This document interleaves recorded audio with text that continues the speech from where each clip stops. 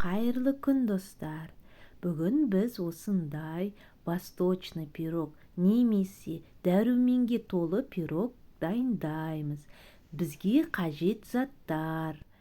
Ең бірінші бізге сары май қажет болады. Бөлме температурасында болу керек. Шекер қажет болады. Бір жұмыртқа, жұмыртқамыздың сыртын міндетті де жуамыз. Разрыхлитель бір шай қасық және ұн. Начинкасына мейіз, өрік, орех қажет болады. Және сгущенный молоко қажет болады. Ол бізде 3 желаниені қолданған жақсы, немесе деп деп айталатын сгущенканы қолданған жақсы. 3 желания сгущенкасы өте қою жақсы болады. Начинкасы езілген, жұмсақ болмайды. Ыдысымызға, таза ыдысымызға еріген бөлме температурасына тұрған сары майымызды салып, үстінен шекерімізді салып, венчикпен араластырамыз. Кішкене венчикпен араластырып аламыз. Бөлме температурасында болған жақсы, езіліп тұрған жақсы. Ары қарай біз бір жұмыртқамызды саламыз. Жұмыртқа міндетті түрде сырты жуылған болу керек. Бұл жұмыртқаны салып, оны да араластырамыз.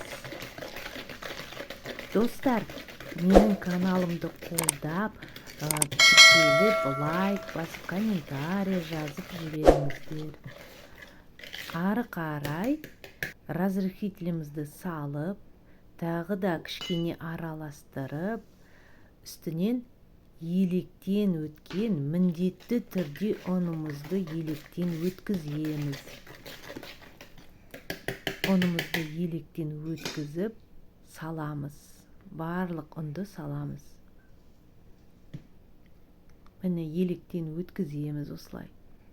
Достар, бұл пирогты жасау өте оңай. Бір жасағаннан шығады.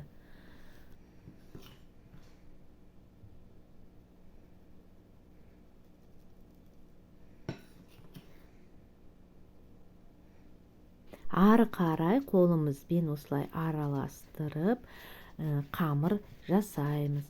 Қамырымыз өте жұмсақ болып шығу керек. Өте жұмсақ болып шығады қамырымыз. Міне, қамырымыз дайын болды. Осындай жұмсақ болып шығады. Қолға жабыспай әдемі болып шығады. Енді осыны салафанға салып, тоңазтыққа сала тұрамыз. Начинкасын дайындап аламыз. Оған дейін газымызды қосып қыздырып қоямыз. Міне, өрігімізді алып, осылай тураймыз. Турап аламыз өріктерді. Міндетті түрде газымызды қыздырып қоямыз. 180 градусқа қыздыруымыз керек. Барлық начинкалардың барлығын осылай турап аламыз. Өрігімізді турап аламыз. Содан кейін жаңағы жаңғақтарымызды да турап аламыз. Міндетті түрде начинкаларымызды, өрік, мейіз, жаңғақтарымыздың бәрін міндетті түрде жуып алуымыз керек. Мейізді турамай қоюға болады. Солай домалағымен сала беруге болады. Міне, орехымызды да, жаңғағымызды да осылай турап аламыз. Ондай қатты уақтап турамаймыз. Кішкене ғана турап аламыз осылай жаңғағымызды. Енді тоңазытқыштан осы тестімізді, қамырымызды алып, мына 24 немесе 26 формаға қамырымызды орналастырамыз.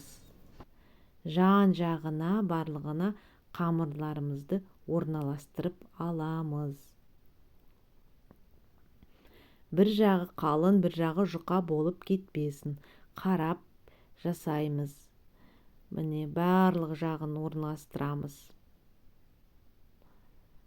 Оған дейін духовкамыз, газымыз қызып тұру керек.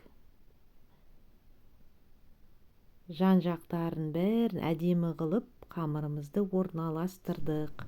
Міне осылай болып шығады. Енді салмасын саламыз. Салмасын осылай салып, мейізді, өрікті, барлығын, жаңғақты барлығын орналастырамыз.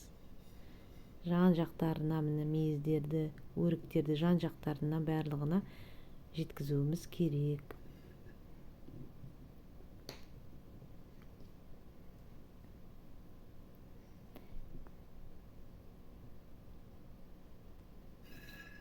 Жаңғақтарымызды саламыз.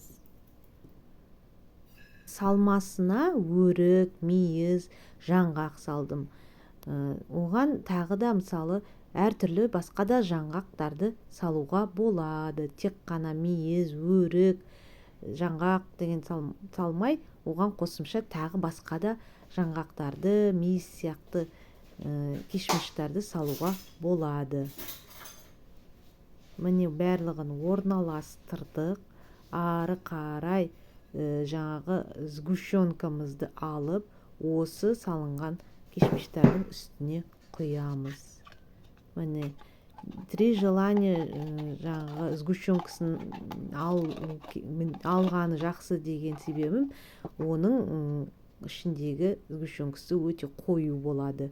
Салмаңыз піскеннен кейін сұйық болып тұрмайды, қатпай.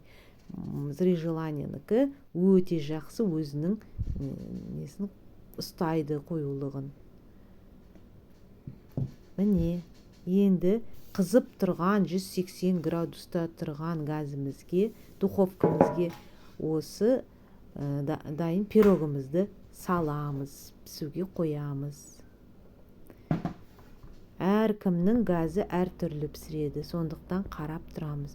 25 минутта пісіп шықты. Міне пирогымыз дайын. Менің каналым ұнаса лайк басып, тіркелуді ұмытпайық достар. Әртүрлі видеолар болады тағы да.